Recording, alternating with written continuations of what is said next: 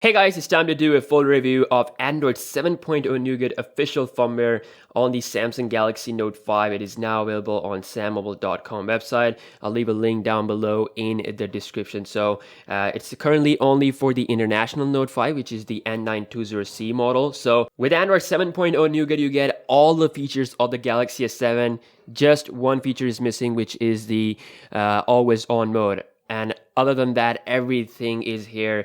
And by that, I mean the ability to downgrade the display is here with the Galaxy Note 5. We didn't got it with the Galaxy S6 Edge. So Samsung is, providing sort of more value to the Note 5 here. So going to display, you can see we can downgrade the display resolution. So currently it is set to 1080p, just like we have it on the Galaxy S7 and the S7 Edge.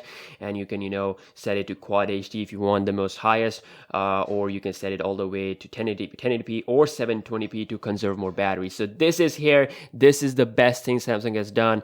I'm really proud of you, Samsung, because you have given us the thing that we wanted. So let's do the full tour of this Nougat update. I've done this a couple of times, so it might be boring, but yeah, Note 5 users, we're just gonna do it again for you. So first of all, from the lock screen, of course, you got two shortcuts, phone and camera.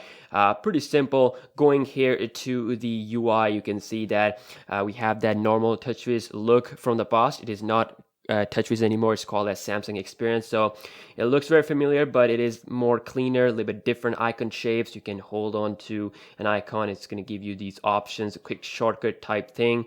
And of course, with Android 7.1, they might add more shortcuts. So that's where the shortcuts were really, sort of supported. And then of course, we have the big change into the quick setting area or notification area. So this is where all your options are. You also have performance mode, which basically sets your display to Quad HD, increased brightness.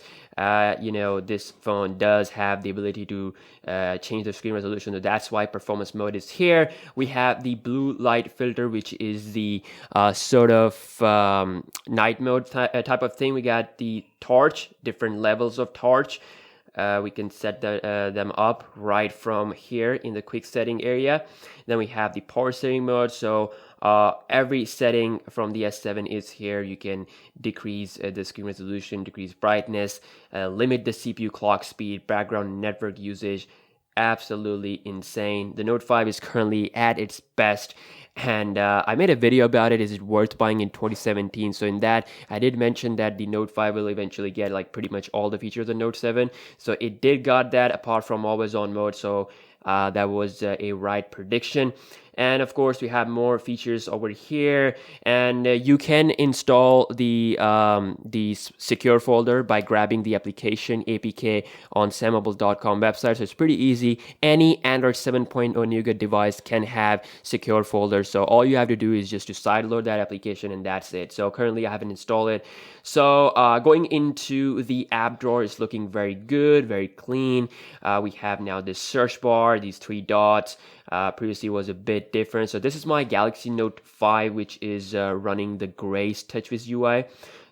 Based on Android Marshmallow. So it's very similar to the Nougat, just it's based on Marshmallow. That's the difference. Of course, you can see the similarities, and very similar. I mean, Grace TouchWiz UI is pretty much like Nougat, but it is based on Marshmallow. So I'll do a comparison of the Android 6.0.1 Note 5 versus Android 7.0 Nougat. If you want that, please like this video. Let me know you want to watch that by commenting in the comment section below. So going into the main setting, this is where also a huge change. We have very similar to stock Android, with every option you get a bit more information, like advanced feature had this S Pen features. We also have a sort of like an icon on the side, so it's a bit easier to navigate around. It's not scattered like before. So lots of options. We have device maintenance, as we talked about it a lot in other videos. It's changed a lot. Basically you can make your phone faster by clearing up useless files. All your important tools type things are here, so you don't need to install any third-party apps anymore. It's built into your phone with a better look. And of course, we have wallpaper and themes, advanced features where you get all of your features. Of course, there's no video enhancer mode that we have on the S7, so that is also one thing that is missing. But really, that is not an issue for, that was not that much of a big feature. Then of course, a huge change, a massive upgrade to the camera UI, which is amazing. So of course, this is a 16 megapixel camera on the back, so you get this full camera look. Now you can see the space between these features, these options, the settings, the flash, so much easier to navigate around. Previously it was scattered, clustered. It was really difficult. I didn't like the old camera UI, to be honest. So we can swipe to check our effects, swipe here to see all of our features. We got pro mode, panorama, slow motion video recording, lots of stuff. You can also capture photo directly here. We have the video recording button, and then of course you can go into gallery to check out your photos. So, and of course you do get that amazing split view or split mode multitasking, which is not something new for Samsung users, but still it's now a bit different to launch compared to before. So you have to hold on an application, so swipe up for split mode, swipe down for pop-up view. So if I swipe up here, it's gonna have the application on half of the screen, and then of course I can launch another app in the same screen. I can resize this, move it around, and yeah, it works flawlessly on the Galaxy Note 5. Of course, it's a really powerful phone still to this day.